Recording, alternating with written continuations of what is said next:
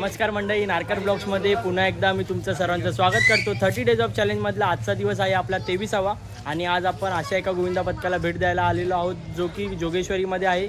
म्हणजे आपण पुन्हा एकदा जोगेश्वरी म्हणजेच दहीहंडीच्या पंढरीच्या नगरीमध्ये आलेलो आहोत। आता जोगेश्वरीमध्ये साईराम गोविंदा पथक या गोविंदा पथकाला भेट देणार आहोत आणि त्या गोविंदा पथकाची जी काय आत्तापर्यंतची माहिती आहे ती तुमच्यापर्यंत घेऊन येण्याचा हा एक माझा छोटासा प्रयत्न असणार आहे। तर व्हिडिओ शेवटपर्यंत नक्की बघा आणि जर तुम्ही माझ्या चॅनलवर नवीन असाल तर आत्ताच खाली दिलेल्या सबस्क्राईब बटनला सबस्क्राईब करून घ्या, जेणेकरून माझ्या ज्या काही नवीन व्हिडिओ असतील त्या तुम्हाला सर्वप्रथम दिसतील। चला तर मग आता आपण ह्या व्हिडिओला इकडे सुरू करूया।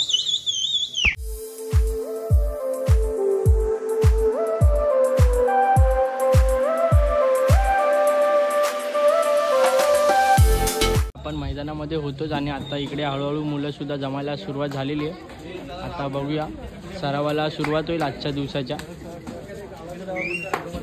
सुरुवात झालेली आहे इकडे आजच्या दिवसाच्या। वॉर्मअप झाल्यानंतर थर लावायला सुरुवात करतील।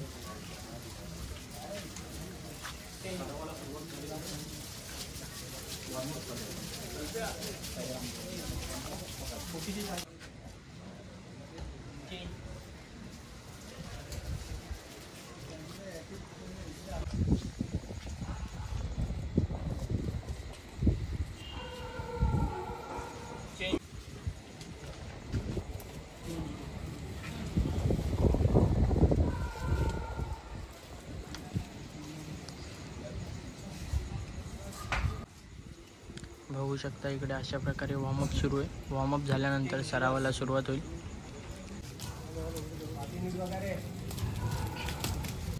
20, 21, 22, 23 आणि ते एक्सरसाइज करून तर झालेली आहे।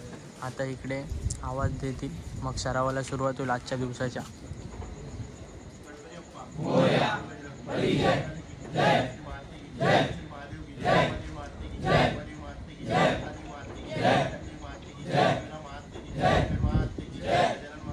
आवाज सुद्धा देऊन झालेला आहे। आता सरावाला सुरुवात होईल। बघू शकता सरावाला तर आजच्या दिवसाच्या सुरुवात झालेली आहे। हा पहिला प्रयत्न आहे दिवसाचा आणि पहिल्या प्रयत्नामध्ये 4 थर लावलेले आहेत यशस्वीरित्या। आजच्या दिवसातला दुसरा प्रयत्न आहे। तर बघू शकता इकडे 3 थर तर यशस्वीरित्या लावलेले आहेत आणि 4था थर सुद्धा चढलेला आहे। 4 थरांची अशी उत्कृष्ट अशी सलामी दिलेली आहे।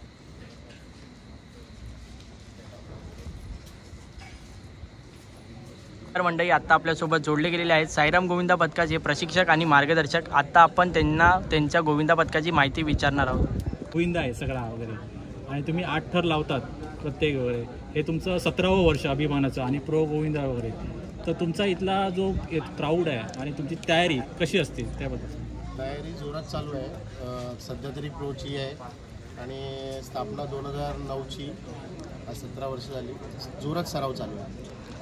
आणि दादा माझा एक प्रश्न असणार आहे की स्थापना जेव्हा गोविंदा पथकाची स्थापना झाली तेव्हा काय विचार होता स्थापना करायचा, म्हणजे काय असं ध्येय घेऊन स्थापना केलेली गोविंदा पथकाची?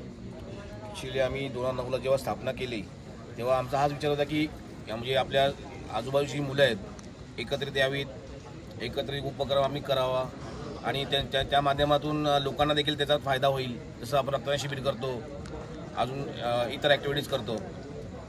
आपण ट्रेडिशनल गोविंदा तर भरपूर खेळ दरवर्षी असतोच, पण हा प्रो गोविंदामुळे, ट्रेडिशनल गोविंदा आणि प्रो गोविंदामुळे गोविंदांचा काय फायदा आहे का?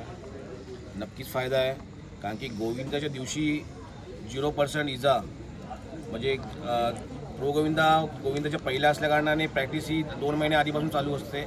त्यामुळे प्रॅक्टिसमुळे गोविंदाच्या दिवशी 0% ॲक्सिडेंट म्हणून गोविंदा हा त्या दिवशी आपण ठरला जातो।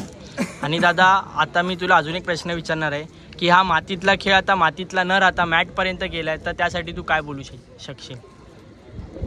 मातीतला खेळ असावा, कारण की मी देखील मातीतच खेळून मोठं झालं। माझं नाव सचिन, मी महाराष्ट्र कॅप्टन देखील होतो कबड्डी, तर मी मातीतच खेळलो। मी अजूनपर्यंत प्रो मॅटमध्ये काही खेळलोच नाही, कारण की मॅट आलं तेव्हा माझी कबड्डी करिअर संपलेलं। तर आता गोविंदा देखील मातीतला होता आणि तो आता मॅटवरती आला आहे।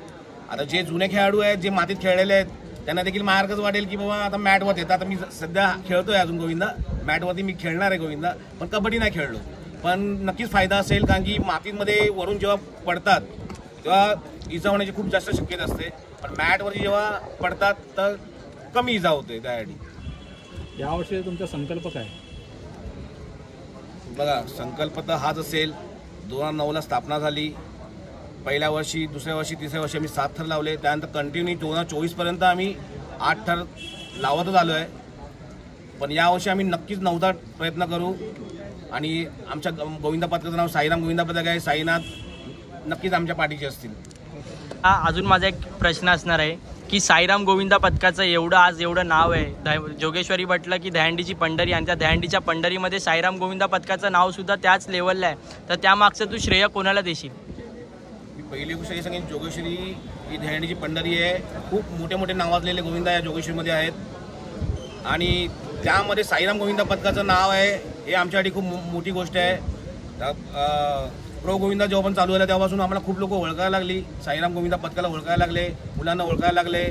आज राकेश मुलूक, राकेश सावंत हे खूप मेहनत घेतात, दरवर्षी मेहनत घेतात. आम्ही खूप वर्षांतर गेल्या वर्षी ना आम्ही 8 उतरवले. आम्ही याच्या आधी कधीच 8 उतरवले नव्हते. पण जो आनंद होता ना 8 उतरवण्याचा, हा फुल गगनाला म्हणजे न मावण्यासारखा होता. तुमचा आठवणीतला क्षण म्हणजे लक्षात राहील असा क्षण कोणता आहे गोविंदाचा? 2024मध्ये आम्ही 8 उतरवले. तो क्षण सगळ्यात मोठा ब्रेकिंग न्यूज या टायमाला होती की जय जवान प्रो गोविंदामध्ये नाही. ते ह्याचा कितपत फायदा होणार आहे इतर संघांना? नक्कीच जय जवानसारखं मोठा गोविंदा म्हणजे माझे त्या गोविंदामध्ये संदीप ढवळेपासून खूप माझे मित्र आहेत आणि माझा आवडता गोविंदा आहे तो. जसं कॉम्पिटिशन नाही आहे, पण माझा सगळ्यात आवडता गोविंदा पथक जर असेल तर जय जवान गोविंदा पथक असेल. त्यामध्ये माझे खूप मित्र त्या गोविंदा पथकातले माझ्याबरोबर खेळणारे, कबड्डी खेळणारे खूप त्या ठिकाणी खेळाडू आहेत. तर याविषयी नक्कीच वाईट वाटेल की जय जवान गोविंदा, जेव्हा गोविंदाचा विषय येतो तेव्हा जय जवान गोविंदा पथक हे सगळ्यांच्या नजरेसमोर येतं. पण याविषयी नक्कीच खंत असेल की जय जवान गोविंदा पथक प्रो गोविंदाला नाही. तर धन्यवाद दादा, खूप सुंदर माहिती दिली त्यासाठी. मी सुद्धा श्रीकृष्णचरणी हीच प्रार्थना करीन की साईराम गोविंदा पथकाचे जे काही 2025चे ध्येय असतील ते सत्यामध्ये उतरून दे. तुमच्यासारखे जे येतात म्हणजे आमच्यासारखे छोट्या खेळाडूंना तुम्ही प्रसिद्धी देता, यामुळे मंडळातर्फे मी तुमच्या सगळ्यांचं मनापासून आभार मानीन. आणि तुमची ब्लेसिंग आमच्या पाठीची असू देत. यावर्षी आमची नक्की थर लागू दे, तुम्ही पण देवाची प्रार्थना करा. नक्की आता छोटीशी पण आता प्रशिक्षकांनी बाईट सुद्धा आपल्याला मुलाखत सुद्धा दिलेली आहे आणि आता परत एकदा थर लावायला सुरुवात करतील. तर आपण बघूया आणि आपण प्रशिक्षकांची तर मुलाखत घेतलेली आहे, तसंच आता आपण गोविंदांची सुद्धा मुलाखत घेऊया आणि त्यांना सुद्धा त्यांचा अनुभव विचारूया. चला तर मग आता थर लावायला सुरुवात करतील. थर लावायला सुरुवात झालेलीच आहे. तर बघूया आता या प्रयत्नामध्ये किती थर लावणार आहेत ते. 2 थर ते यशस्वीरित्या चढलेले आहेत आणि आजूबाजूला ओपन असल्या कारणाने हवा खूप इथे जोरात हवा येते. त्याच्यामध्ये एवढं बॅलेन्सिंग करतोय प्रत्येक मुलगा थरावर जाणारा.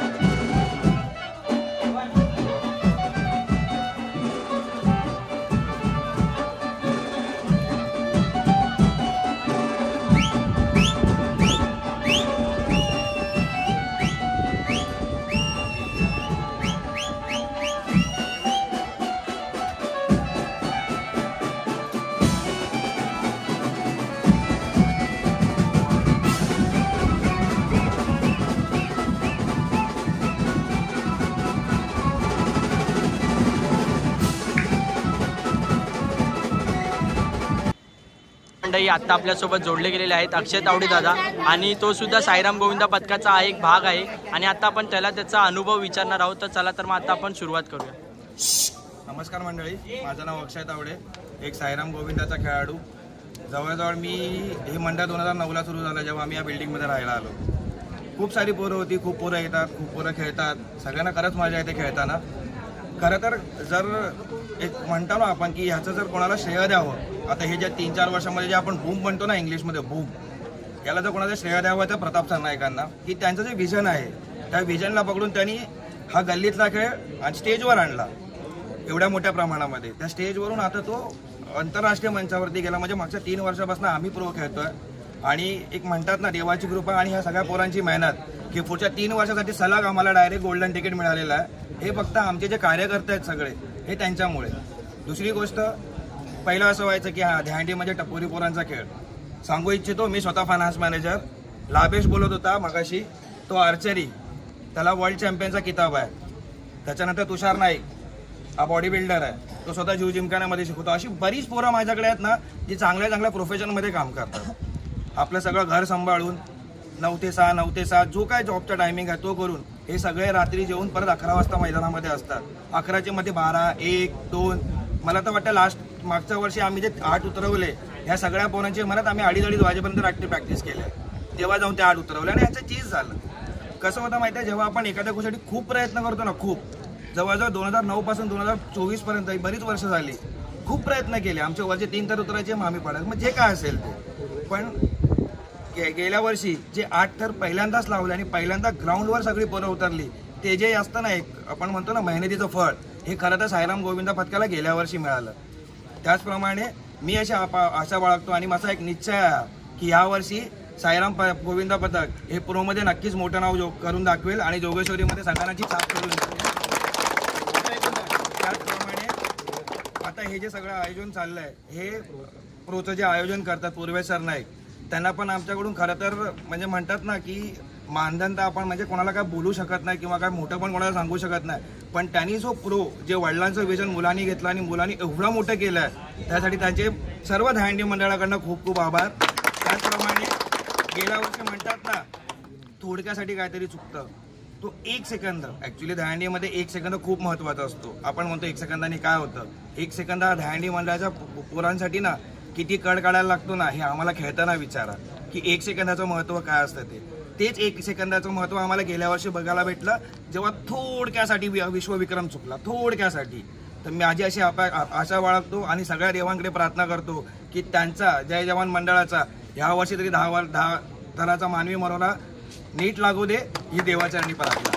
प्रश्न असा विचारेन की आता तुम्ही बोललात तुम्ही चांगल्या पदावर आहात, तुम्हाला हा दहीहंडी खेळायचं स्पार्क कुठून म्हणजे कसं काय तुम्हाला याची रुची कशी निर्माण? कसं आहे होता कॉलेजमध्ये होतं तेव्हा थोडासा बॉडी बिल्डिंगचा शौक होता, पण म्हणता ना बॉडी बिल्डिंग हा सगळ्यात कॉस्टली खेळ आहे. म्हणजे त्याच्यामध्ये जेवढा पैसा लागतो ना, मला वाटत नाही की क्रिकेट खेळताना पण तेवढा पैसा लागतो ज्याला आता आपल्या पूर्ण इंडियामध्ये एवढं ग्लॅमर आहे.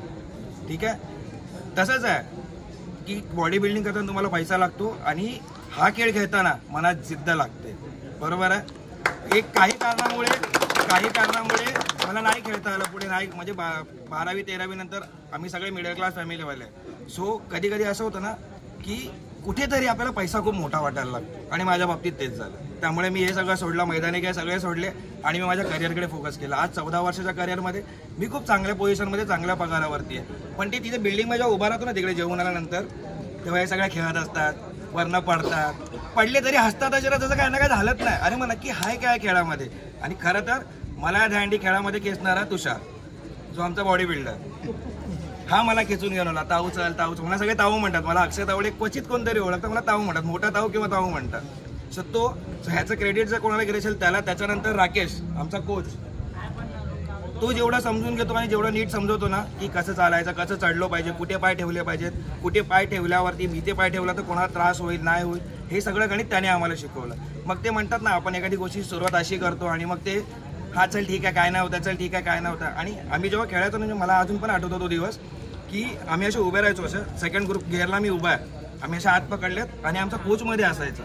हे पहिला मंडळ जिथे मी बघितलं की कोच पण मध्ये खेळतो आमच्याबरोबर, म्हणजे त्याला पण जाणीव आहे की वरनं पडल्यावर कसं लागत असेल ते.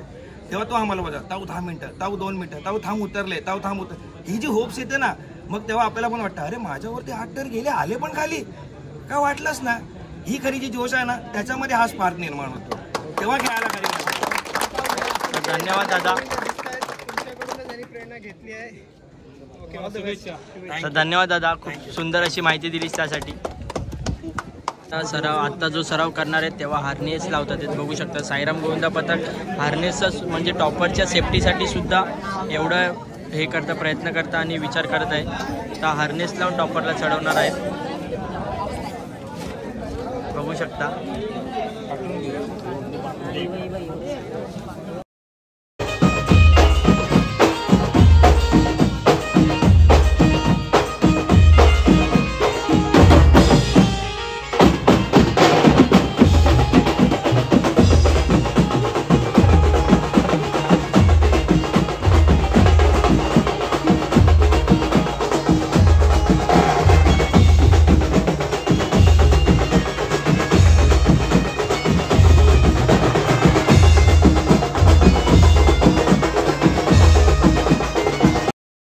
आजच्या दिवसातला शेवटचा प्रयत्न असणार आहे. तर बघूया शेवटच्या प्रयत्नामध्ये किती थर लावणार आहेत ते.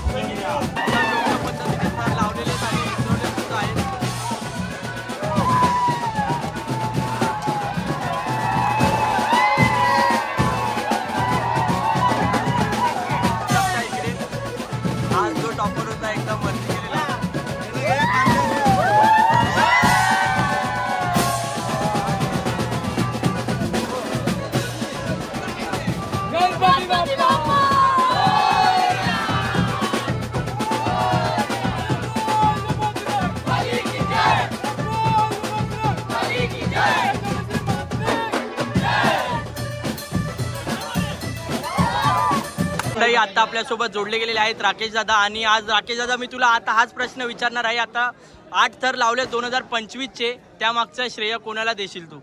सगळ्यात पहिलं श्रेय म्हणजे सगळ्या गोविंदा पथकातल्या मुलांना देईल. साईराम गोविंदा पथकाच्या खेळाडूंना, प्रत्येकाच्या आईवडिलाला, शिर्डीतल्या साईबाबांना, जोगेश्वरी मातेला. आणि सगळ्यात मेन गोष्ट आजचा जो जोश आहे हा फक्त युट्यूबवर तुमच्यामुळे आहे आणि तुमच्यामुळे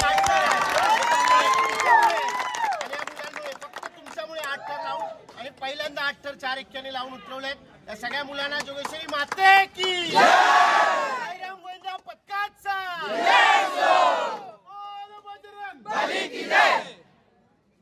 धन्यवाद दादा. All the best. फायनली मित्रांनो आता आपण बघितलं असेल साईराम गोविंदा पथकाने 2025चे पहिले 8 थर लावलेले आहेत आणि व्यवस्थितरित्या लावून उतरवले सुद्धा आहेत. तर त्यांचं अभिनंदन. आणि जर ही व्हिडिओ तुम्हाला आजची आवडली असेल तर लाईक करायला विसरू नका. आणि जर तुम्ही माझ्या चॅनलवर नवीन असाल तर आत्ताच खाली दिलेल्या सबस्क्राईब बटनला सबस्क्राईब करून घ्या, जेणेकरून माझ्या ज्या काही नवीन व्हिडिओ असतील त्या तुम्हाला सर्वप्रथम दिसतील. चला तर मग आता आपण हातचा ब्लॉग इथेच एंड करूया आणि भेटूया उद्याच्या व्हिडिओमध्ये. तोपर्यंत सर्वांनी आपापली काळजी घ्या.